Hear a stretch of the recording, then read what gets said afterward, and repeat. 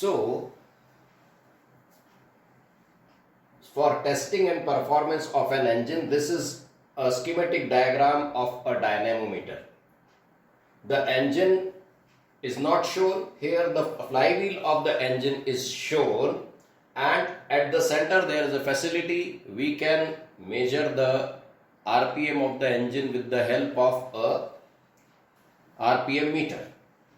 The quantities which need to be measured are T1, T2, radius of the flywheel, and then the RPM of the engine to get the bhp of the engine with the help of this 2 pi nt formula. So here you can see bhp is 2 pi nt by 60.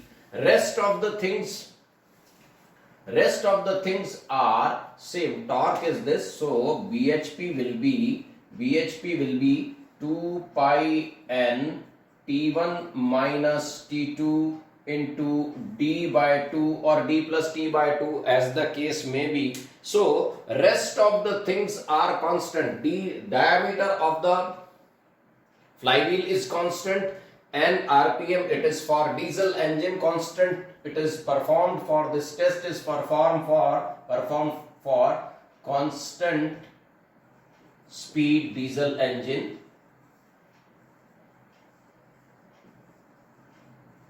Constant speed, this test is performed to know the parameters of the engine for at constant speed, and which is a diesel engine. So here you can see rest of the things are constant. If I club them together, 2 pi n into D by 2, if n is represented in RPM, then it has to be converted into seconds, so it is 60, and T1 minus T2, which is the load on net load on the engine. So these are the constants, hence K into T1 minus T2. So we can plot a graph between fuel consumption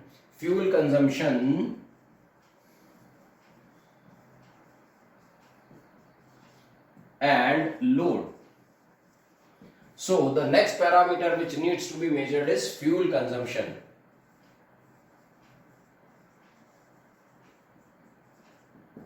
So having prepared for all this, how the test is conducted, the engine is run for quite some time so that steady state is reached.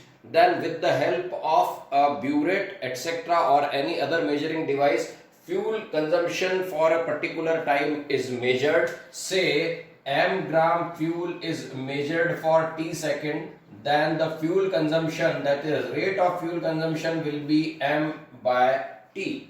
So this would be in kilogram per hour. The unit would be kg per hour. So we can get the fuel consumption. Then coming over here, there are two spring balances to the tight side and to the slack side of the belt. This is a band brake dynamometer.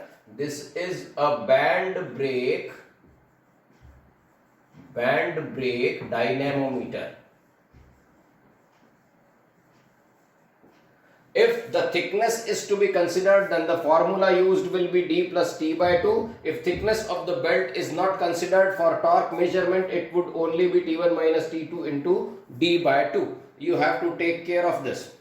So how this is measured? We go on, there is an arrangement we can, with the help of which we can change the tensions on these sides by tightening screws over these two. So by changing the load and waiting for some time so that the engine comes to again its steady state condition, we go on increasing load, say from 0 to 3 kgf to 6, then 9, and likewise say whatever is the capacity of the engine.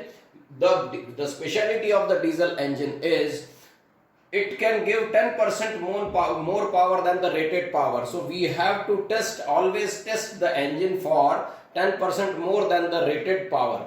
The power of the diesel engine is really decided by the its exhaust, because the exhaust becomes black when the more fuel supply takes place. As you know the PV diagram, so time for the expansion becomes less and less, so that the black smoke comes out of it, and that is precisely the that is precisely the limit how we decide the engine power. So diesel engine is always generates 10% more power than what is specified on it. So this is how we will go on increasing the load by 3 or by any amount, 0, 3, 6, 9, 12 till its maximum load.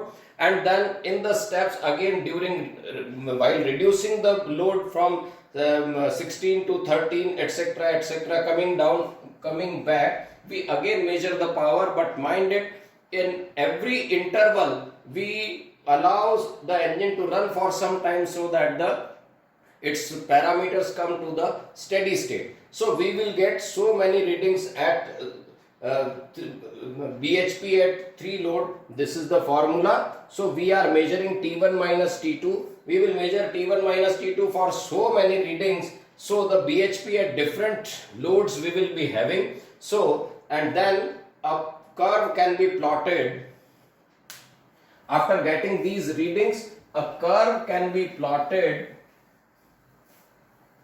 A curve can be plotted on a graph. To one side of it, it is the fuel consumption, and to this side, load.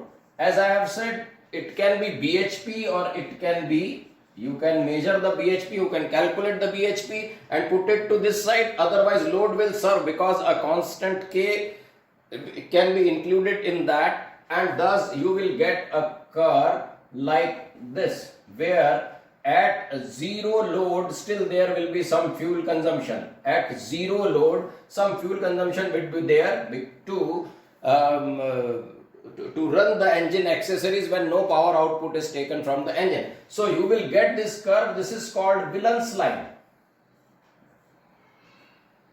Whelan's line. You have to get the best fit out of it. You get the readings, you are having so many readings, you increase the load by 3 kgf, so say it is the limit is 15 kgf, so 5-6 readings you will get, and the same readings during the when the load is getting reduced. So 5-6 reading when we are going up, and 5-6 readings we have when we are coming up. So we will get sufficient points, and a curve of best fit will be included in this. So the graph would be something like this, and it will intersect the y-axis slightly above the x-axis, that is origin, and if it is generously extended, this will give FHP of the engine. So this would be BHP and this would be FHP. This curve on extending backwards will cut negative x-axis at some point, and this will be the FHP of the engine. So we can have IHP of the engine will be equal to BHP plus FHP.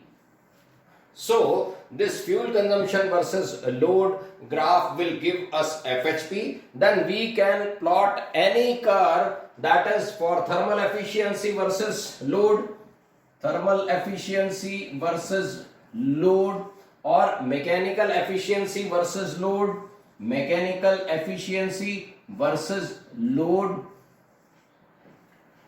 So getting all these data, we can get the performance of a diesel engine.